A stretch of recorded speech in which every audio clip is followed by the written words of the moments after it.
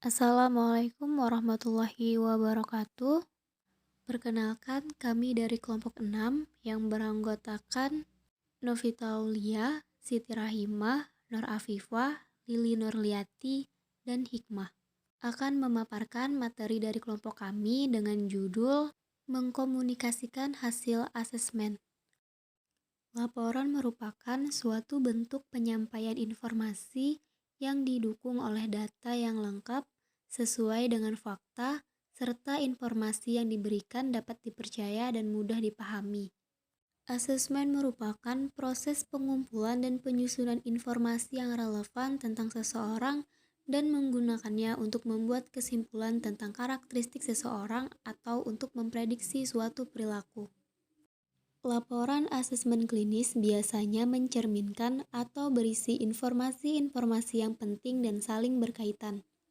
Laporan asesmen klinis biasanya mencerminkan orientasi umum asesmen dan formulasi klinis dan pendekatan teoritis spesifik yang menjadi pegangan klinisi dalam menulis laporan.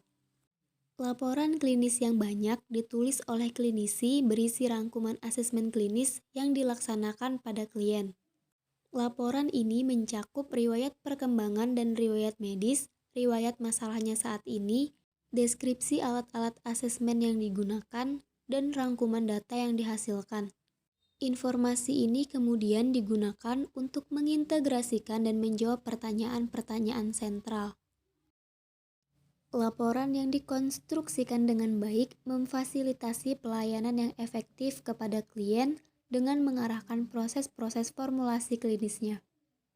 Sintesis yang kuat dari informasi-informasi yang tersedia biasanya disertai dengan saran terkait langkah-langkah selanjutnya dan diskusi mengenai hasil-hasil yang mungkin diperoleh dari langkah-langkah tersebut, maupun sebuah rencana untuk melakukan evaluasi terhadap efektivitas intervensi klinisi yang diusulkan. Tujuan penulisan laporan asesmen klinis. Laporan asesmen harus relevan dengan tujuan yang sudah ditetapkan. Secara umum, tujuan asesmen terbagi menjadi 3 diantaranya. 1. Klasifikasi diagnostik untuk menentukan jenis treatment yang tepat untuk keperluan penelitian dan memungkinkan klinisi untuk mendiskusikan gangguan dengan profesi lain. Yang kedua, deskripsi untuk menggambarkan kepribadian seseorang secara lebih utuh dengan melihat pada person-environment interactions.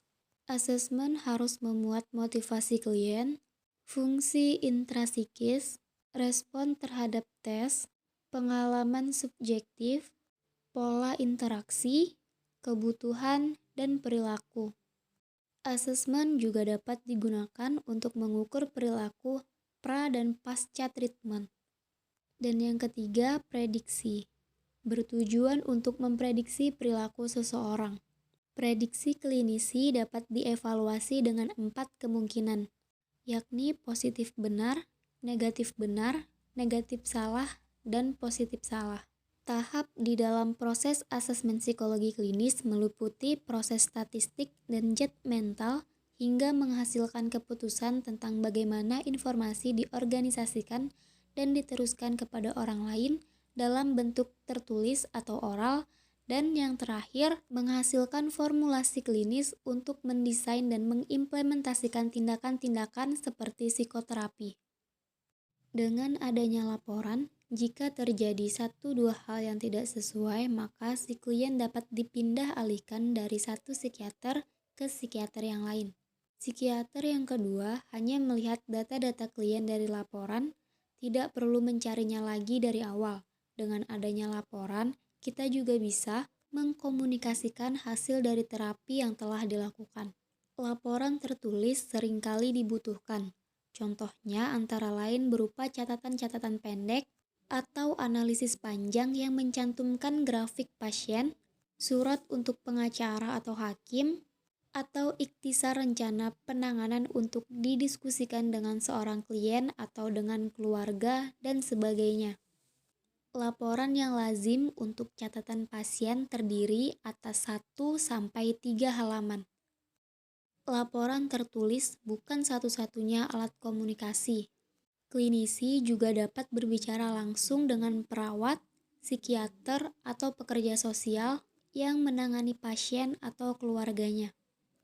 Klinisi biasanya menetapkan sebuah diagnosis, memberikan impresinya mengenai etiologi dan prognosis gangguan itu, mengusulkan sebuah rencana penanganan pada banyak kasus, mengimplementasikan porsi terapeutik dari rencana penanganan yang telah ditetapkan.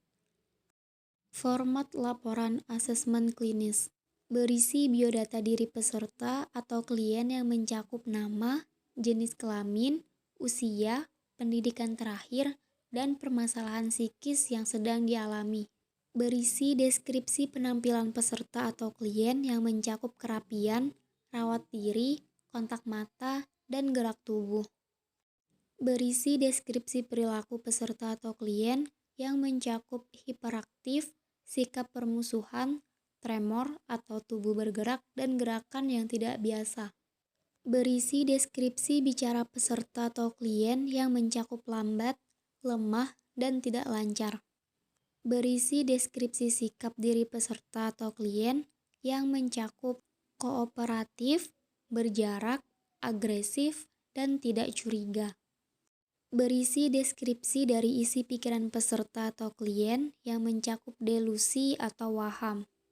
Berisi deskripsi dari gangguan persepsi peserta atau klien yang mencakup halusinasi. Berisi deskripsi dari orientasi ruang dan waktu peserta atau klien yang mencakup waktu wawancara, tempat, dan kesadaran diri.